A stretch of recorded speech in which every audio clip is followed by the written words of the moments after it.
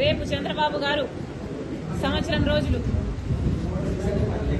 Government form అయి సంవత్సరం రోజులు పూర్తి చేసుకోబోతున్నారు చంద్రబాబు గారు. చంద్రబాబు గారిని సూటిగా ప్రశ్నిస్తున్నాం. చంద్రబాబు గారు, మీరు ముఖ్యమంత్రి కావడానికి ఎన్నో వాగ్దానాలు చేశారు. మేనిఫెస్టోలో ఎన్నో అంశాలను పెట్టారు. సూపర్ 6 మరి ముఖ్యంగా ప్రతి సభలోనూ ఊదరగొట్టారు. సూపర్ 6 నేను అమలు చేస్తానని ప్రజలందరినీ నమ్మబలికించారు. మరి ఈరోజు సంవత్సరం రోజులు అయిపోయింది. సూపర్ 6 ఏమైంది చంద్రబాబు గారు అని కాంగ్రెస్ పార్టీ ప్రశ్నిస్తుంది. సూపర్ 6 సూపర్ ఫ్లాపేనా? సూపర్ 6 సూపర్ ఫ్లాపేనా? చంద్రబాబు గారు సమాధానం చెప్పాల్సిన అవసరం ఉంది. సంవత్సరం రోజులు అయిపోయింది. మీరు వాగ్దానాలు చేశారు. సంవత్సరం రోజులు దాటిపోయింది. అంటే మీకు ఈ వాగ్దానాలు నిలబెట్టుకునే ఉద్దేశం ఉందా లేదా? ఏదైనా వాగ్దానాలు చేసి అధికారంలోకి వస్తే అధికారంలోకి వచ్చిన వెంటనే ఆ వాగ్దానాలు నిలబెట్టుకుంటారు అని ప్రజలు అనుకుంటారా? లేకపోతే ఇలా కాలయాపన చేసుకుంటూ ఆఖరి సంవత్సరంలోనో లేకపోతే మళ్లీ ఎలక్షన్లకు పోకముందో మీరు వాగ్దానాలు నిలబెట్టుకునే ఉద్దేశం మీకేమైనా ఉందా? ప్రజలకు సమాధానం చెప్పాల్సిన అవసరం ఉంది. సూపర్ 6లో భాగంగా చంద్రబాబు గారు మరి ముఖ్యంగా రైతులకి ప్రతి ఏడాది 20,000 రూపాయలు ప్రతి రైతుకి ఇస్తానన్నాడు. ఇప్పటికి 54 లక్షల రైతు కుటుంబాలు ఎదురు చూస్తూనే ఉన్నాయి. ఇంతవరకు రైతులకు ఇచ్చింది లేదు చంద్రబాబు గారు. రైతులను మోసమే చేశారు సంవత్సర కాలం పాటు రైతు భరోసా పథకం కింద. అంతేకాదు తల్లికి వందనం అనే పథకం ప్రతి బిడ్డకు 15,000 రూపాయలు ఇస్తానన్నాడు చంద్రబాబు గారు. ఎంతమంది బిడ్డలుంటే అంతమందికి ఇస్తానన్నాడు చంద్రబాబు గారు. ఒకరుంటే ఒకరికి, ఇద్దరుంటే ఇద్దరికి, ముగ్గురుంటే ముగ్గురికి, నలుగురుంటే ఏకంగా 60,000 రూపాయలు ఇస్తానన్నాడు చంద్రబాబు గారు. ఇది నేను చెప్తున్న మాట కాదు. చంద్రబాబు గారు ఎన్నికల సమయంలో ఆయన మాట్లాడిన మాటలు ఇవి.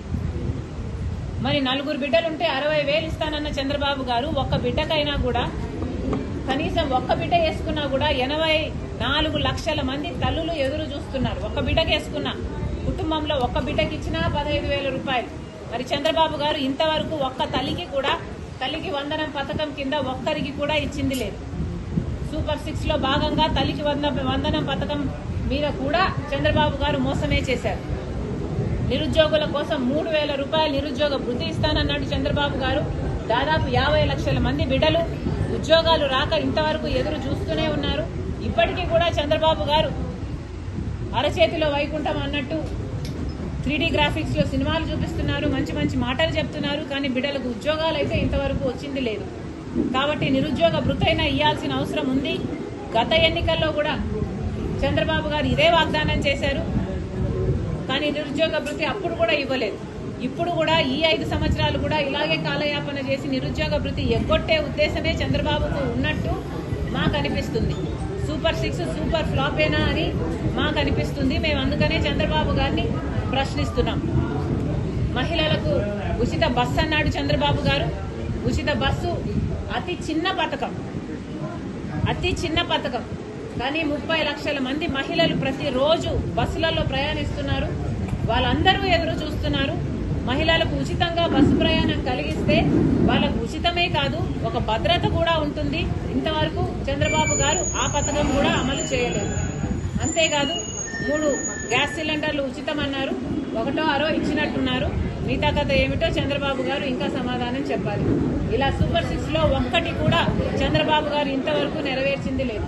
సూపర్ 6లో భాగం కానివి కూడా 18 సంవత్సరాలకే సూపర్ 6లో భాగం 18 సంవత్సరాలు నిండిన వాళ్ళకి ప్రతి నెల 1,500 రూపాయలు ఇస్తానన్నాడు చంద్రబాబు గారు. అంటే 18,000 రూపాయలు ఇస్తానన్నాడు మహిళా శక్తి కింద. మరి చంద్రబాబు గారిని అడుగుతున్నాం, ప్రతి మహిళల్ని మీరు ఒక శక్తిలాగా తయారు చేస్తానన్నారు. మరి ఏమైంది? ఒక్క మహిళనన్నా ఒక మహాశక్తిగా తయారు చేశారా చంద్రబాబు గారు? అందుకే అడుగుతున్నాం, సూపర్ 6 సూపర్ ఫ్లాపేనా? చంద్రబాబు గారు ఆంధ్ర రాష్ట్ర ప్రజలకు సమాధానం చెప్పాలి. ఈ సూపర్ 6 ఇంకెప్పుడు అమలవుతాయి? చంద్రబాబు గారు సమాధానం చెప్పాలి.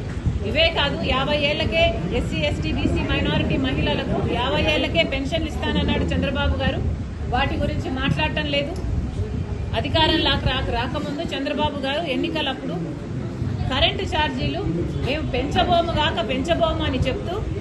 వీలైతే 30% తగ్గిస్తామని చెప్పిన చంద్రబాబు గారు ఇప్పటికే 2 సార్లు కరెంటు ఛార్జీలు బిల్లులు పెంచారు.